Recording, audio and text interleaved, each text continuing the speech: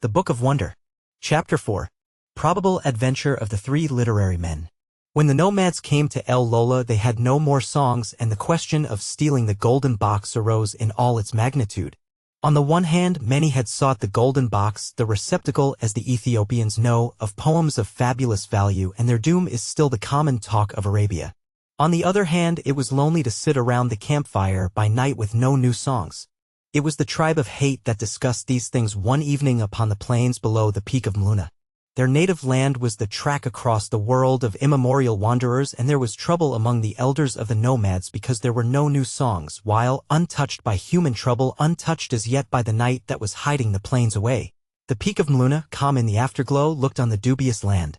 And it was there on the plain upon the known side of Mluna, just as the evening star came mouse-like into view and the flames of the campfire lifted their lonely plumes uncheered by any song, that rash scheme was hastily planned by the nomads which the world has named the quest of the golden box.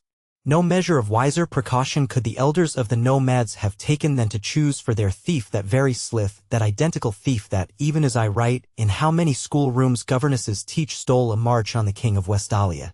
Yet the weight of the box was such that others had to accompany him, and Sippy and Slorg were no more agile thieves than may be found today among vendors of the antique.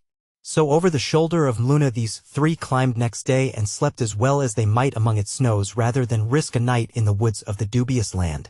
And the morning came up radiant and the birds were full of song, but the forest underneath and the waste beyond it and the bare and ominous crags all wore the appearance of an unuttered threat.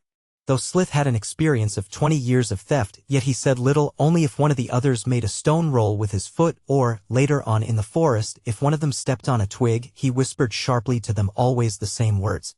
That is not business. He knew that he could not make them better thieves during a 2 days' journey, and whatever doubts he had, he interfered no further. From the shoulder of Mluna they dropped into the clouds, and from the clouds to the forest, to whose native beasts, as well the three thieves knew, all flesh was meat, whether it were the flesh of fish or man. There the thieves drew idolatrously from their pockets each one a separate god and prayed for protection in the unfortunate wood and hoped therefrom for a threefold chance of escape, since if anything should eat one of them it were certain to eat them all. And they confided that the corollary might be true and all should escape if one did. Whether one of these gods was propitious and awake, or whether all of the three, or whether it was chance that brought them through the forest unmouthed by detestable beasts, none knoweth, but certainly neither the emissaries of the god that most they feared, nor the wrath of the topical god of that ominous place, brought their doom to the three adventurers there or then. And so it was that they came to Rumbly Heath, in the heart of the dubious land, whose stormy hillocks were the groundswell and the afterwash of the earthquake lulled for a while. Something so huge that it seemed unfair to man that it should move so softly stalked splendidly by them, and only so barely did they escape its notice that one word rang and echoed through their three imaginations, if.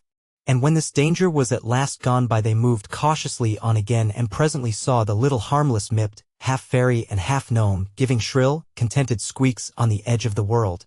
And they edged away unseen, for they said that the inquisitiveness of the Mipt had become fabulous, and that, harmless as he was, he had a bad way with secrets, yet they probably loathed the way that he nuzzles dead white bones, and would not admit their loathing.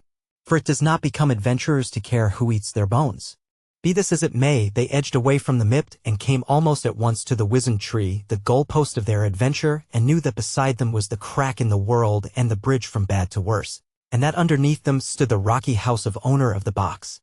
This was their simple plan, to slip into the corridor in the upper cliff, to run softly down it, of course with naked feet, under the warning to travelers that is graven upon stone, which interpreters take to be it is better not to touch the berries that are there for a purpose, on the right side going down, and so to come to the guardian on his pedestal who had slept for 1,000 years and should be sleeping still, and go in through the open window. One man was to wait outside by the crack in the world until the others came out with the golden box, and, should they cry for help, he was to threaten at once to unfasten the iron clamp that kept the crack together. When the box was secured they were to travel all night and all the following day until the cloud banks that wrapped the slopes of Luna were well between them and owner of the box. The door in the cliff was open. They passed without a murmur down the cold steps, Slith leading them all the way. A glance of longing, no more, each gave to the beautiful berries. The guardian upon his pedestal was still asleep. Slorg climbed by a ladder that Slith knew where to find, to the iron clamp across the crack in the world, and waited beside it with a chisel in his hand, listening closely for anything untoward, while his friends slipped into the house and no sound came. And presently Slith and Sippy found the golden box. Everything seemed happening as they had planned. It only remained to see if it was the right one and to escape with it from that dreadful place.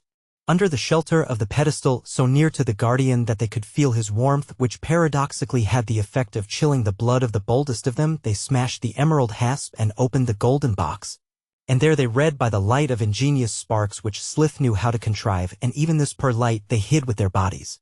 What was their joy, even at that perilous moment, as they lurked between the guardian and the abyss, to find that the box contained 15 peerless odes in the alcaic form, 5 sonnets that were by far the most beautiful in the world, 9 ballads in the manner of Provence that had no equal in the treasuries of man, a poem addressed to a moth in 28 perfect stanzas, a piece of blank verse of over 100 lines on a level not yet known to have been attained by man, as well as 15 lyrics on which no merchant would dare to set a price.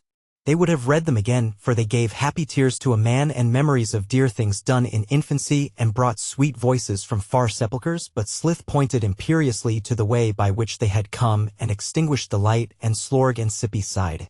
Then took the box. The guardian still slept the sleep that survived 1,000 years.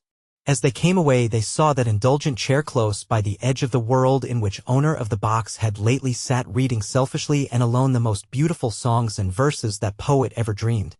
They came in silence to the foot of the stairs, and then it befell that as they drew near safely in the night's most secret hour, some hand in an upper chamber lit a shocking light, lit it and made no sound. For a moment it might have been an ordinary light, fatal as even that could very well be at such a moment as this, but when it began to follow them like an eye and to grow redder and redder as it watched them, then even optimism despaired. And Sippy very unwisely attempted flight, and Slorg even as unwisely tried to hide, but Slith, knowing well why that light was lit in that secret upper chamber and who it was that lit it, leaped over the edge of the world and is falling from us still through the unreverberate blackness of the abyss.